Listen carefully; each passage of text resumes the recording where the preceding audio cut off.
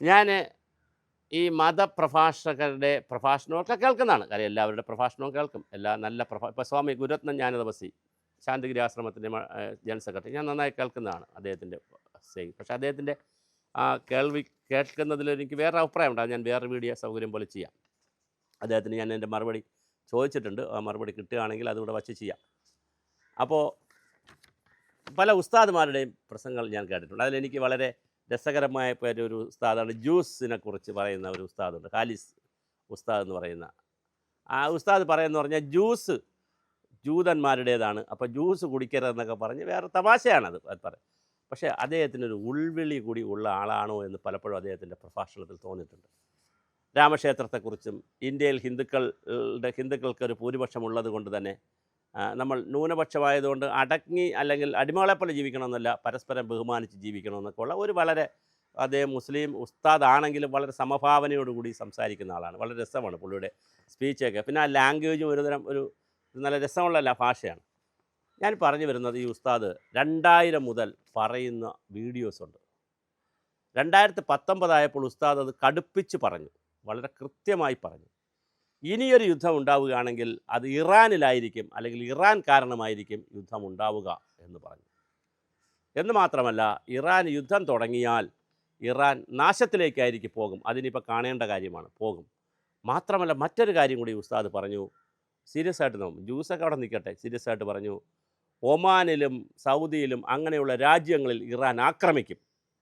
അതിലൂടെ ഇറാൻ ചിലപ്പോൾ ഇല്ലാതാകും, മറ്റ് പല മുസ്ലിം രാജ്യങ്ങൾക്കും വലിയ നാശം സംഭവിക്കും.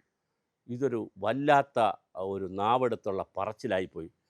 അതുപോലെ സംഭവിച്ചിരിക്കുകയാണ്.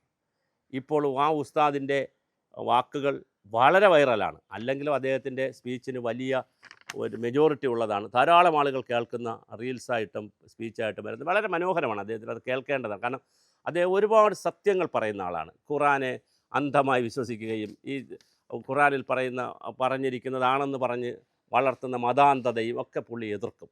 പുള്ളി മതഭീകരവാദത്തിനെതിരാണ്, മത തീവ്രവാദത്തിനെതിരാണ്. ഉസ്താദായി പോയതുകൊണ്ട് അത് പറയുന്നതെല്ലാം മതത്തിൻ്റെ അടിമ ചങ്ങല പോലെ അങ്ങനെയൊന്നുമല്ല. പുള്ളി വളരെ വിമോചനപരമായി ആളുകളെ മോട്ടിവേറ്റ് ചെയ്യുകയും ആളുകളോട് മര്യാദയ്ക്ക് ജീവിക്കണമെന്ന് പറയുകയും, ഇതോടൊപ്പം തന്നെ അദ്ദേഹം മറ്റൊരു കാര്യം കൂടി പറയുന്നുണ്ട് ആ വീഡിയോകൾ, രസകരമാണ്. അതുകൊണ്ട് നിങ്ങൾ ആഡംബരത്തോടുകൂടി ജീവിക്കരുത്. കയ്യിലുള്ളതെല്ലാം അടിച്ചു തീർത്ത് ഗൾഫിൽ നിന്ന് പൈസ വരുമെന്ന് പറഞ്ഞ് ആഡംബരത്തോടുകൂടി ജീവിക്കരുത്. നിങ്ങൾ കുറച്ചുകൂടി മര്യാദയ്ക്ക് ജീവിക്കണം, സമ്പത്ത് നോക്കണം, അങ്ങനെയൊക്കെ പറയുന്ന വളരെ മനോഹരമായിട്ടുള്ള ഒരു ഉസ്താദുണ്ട്. ഖാലിസ് ഉസ്താദാണ്. അത് നിങ്ങൾ നെറ്റിൽ അടിച്ചു നോക്കിയാൽ നിങ്ങൾക്ക് ആ വീഡിയോ കിട്ടും, അത് കാണണം.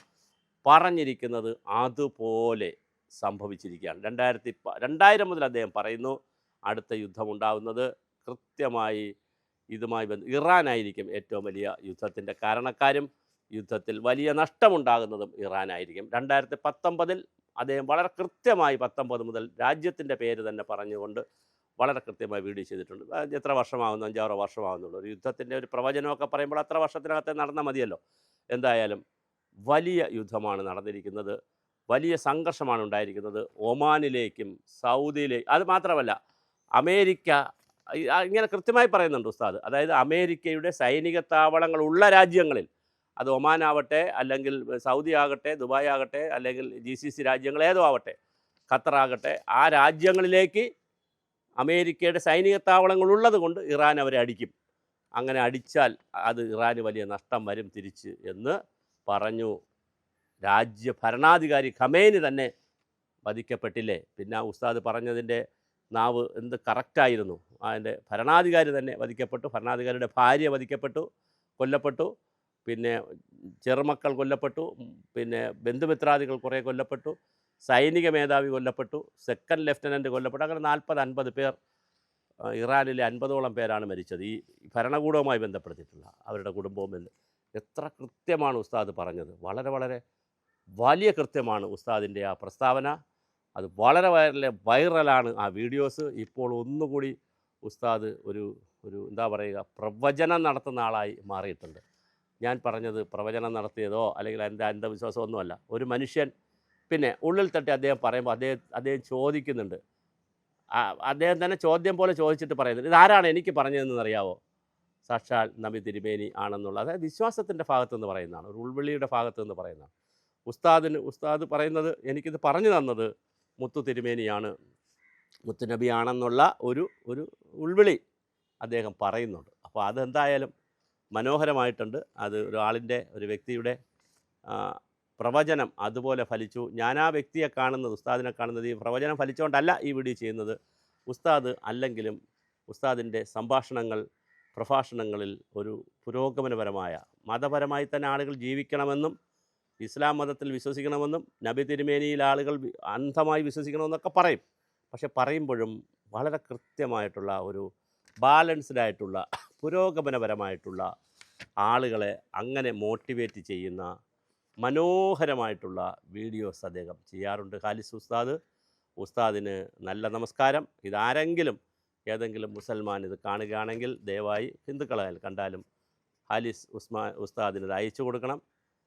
താങ്കളുടെ ഈ വീഡിയോ വളരെ പോപ്പുലറാണ്. താങ്കളുടെ വീഡിയോസ്, താങ്കൾ പറയുന്ന കാര്യങ്ങൾ സത്യസന്ധമായി ഈ ഭൂമിയിൽ നടക്കുന്നു. അത് കുടുംബങ്ങളെ സംബന്ധിച്ച് താങ്കൾ പറയുന്ന വീഡിയോസുണ്ട്, മനുഷ്യബന്ധത്തെക്കുറിച്ച് പറയുന്നുണ്ട്, സ്ത്രീ പുരുഷ ബന്ധത്തെക്കുറിച്ച് പറയുന്നതുണ്ട്, അതുപോലെ തന്നെ സാമൂഹ്യ ജീവിതത്തെ പറയുന്നതുണ്ട്, മറ്റ് മതങ്ങളുമായിട്ടുള്ള ബന്ധം എങ്ങനെ വേണമെന്ന് പറയുന്നുണ്ട്. അങ്ങനെ ഒത്തിരി നല്ല കാര്യങ്ങൾ പറയുന്ന വീഡിയോസാണ് താങ്കൾ ചെയ്യുന്നത്. ആ വീഡിയോസിൽ എന്നെ ഏറ്റവും ആകർഷിച്ചിട്ടുള്ള ചില വീഡിയോകളിലൊന്നാണ് ഈ പറഞ്ഞ ഇറാനിലായിരിക്കും അടുത്ത യുദ്ധം വരുന്നതെന്നും ഇറാനിൽ യുദ്ധം വരുമ്പോൾ സ്വാഭാവികമായിട്ട് അമേരിക്കയുടെ സൈനിക താവളങ്ങളെ ഇറാൻ ആക്രമിക്കുമെന്നും അതിലൂടെ ഇറാന് രാജ്യത്തില്ലാത്ത വലിയ നഷ്ടമുണ്ടാകുമെന്നും അതുപോലെ തന്നെ ചില രാജ്യങ്ങൾ ഇല്ലാതാകുമെന്നൊക്കെ അങ്ങ് പറഞ്ഞിട്ടുണ്ട്. അതിന് വരാനിരിക്കുന്നുള്ളൂ, കാണാനിരിക്കുന്നുള്ളൂ. എന്തായാലും അങ്ങ് പറഞ്ഞതിൻ്റെ 100% നടപ്പിലായി. ഒരു രാജ്യത്തിൻ്റെ ഭരണത്തലവൻ തന്നെ ഇല്ലായ്മയായി അല്ലെങ്കിൽ വധിക്കപ്പെട്ട രീതിയിൽ കാര്യങ്ങൾ പോയി എന്നുള്ളത് ഉസ്താദിൻ്റെ പ്രവചനം വളരെ മനോഹരമായി നടന്നു. അത് ശരിയോ തെറ്റോ കാലം അതൊക്കെ തിരുത്തട്ടെ. അല്ലെ ഉസ്താദ് പറഞ്ഞതിൻ്റെ വരുംവരായികളൊന്നും എനിക്കറിയത്തില്ല. പക്ഷേ എന്തായാലും ഉസ്താദ് പറഞ്ഞത് അതുപോലെ തന്നെ സംഭവിച്ചു. എന്തായാലും ഹാലിസ് ഉസ്താദിന് വീണ്ടും ഒരു ബിഗ് സല്യൂട്ട്. അങ്ങ് പ്രവചിച്ച കാര്യങ്ങൾ പറയുന്നു. അങ്ങയുടെ ഒരു സത്യസന്ധത കൊണ്ടായിരിക്കാം. അങ്ങ് ഈ മതപ്രഭാഷണമൊക്കെ നടത്തി മതപ്രബോധനമൊക്കെ നടത്തുമ്പോഴുണ്ടാകുന്ന ഒരു സത്യസന്ധതയിൽ നിന്നായിരിക്കാം അങ്ങേക്ക് ഒരു ഉൾവിളി ഉണ്ടായത്. അല്ലെ പിന്നെ അങ്ങേക്ക് ഇത് ആരാ വന്ന് പറഞ്ഞു തരുന്നത്? എന്തായാലും ആ ഉൾവിളി ഉണ്ടായത് മാനവ സമൂഹത്തോട് അങ്ങ് പറഞ്ഞു. ഇപ്പോൾ അത് യാഥാർത്ഥ്യമായിരിക്കുകയാണ്. ഇനിയും അങ്ങ് പറഞ്ഞ, ശരിക്കും പറഞ്ഞാൽ മര്യാദയ്ക്ക് പോയാൽ ചിലപ്പോൾ ഒഴിവാക്കാമെന്നുള്ള നിലയിലും അങ്ങ് പറഞ്ഞു. അതുകൊണ്ടല്ലാതെ അങ്ങ് അന്ത്യം കുറിക്കുന്നൊരു പ്രവചനമല്ല നടത്തുന്നത്. മര്യാദയ്ക്ക് രാജ്യങ്ങൾ പോയാൽ ഇതൊക്കെ ഒഴിവാക്കാം എന്നും അങ്ങ് പറഞ്ഞു. അതുകൊണ്ട് തന്നെ മാനവരാശിക്ക് ഇത്തരത്തിലുള്ള ഉദ്ബോധനങ്ങളും പ്രബോധനങ്ങളും വചനങ്ങളും പ്രവചനങ്ങളും ഒക്കെ അങ്ങ് ഇനിയും തുടരുക. അത് കേൾക്കുന്നവർ വെറുതെ ഒരു പ്രവചനമായി കേൾക്കാതെ അതിനനുസരിച്ച് ജീവിക്കുമ്പോഴാണ് ഉസ്താദ് പറഞ്ഞതിന് ഒരർത്ഥമുണ്ടാകുന്നത്. എന്തായാലും ഉസ്താദിൻ്റെ ജൈത്രയാത്ര തുടരട്ടെ. എല്ലാ ഭാവുകങ്ങളും.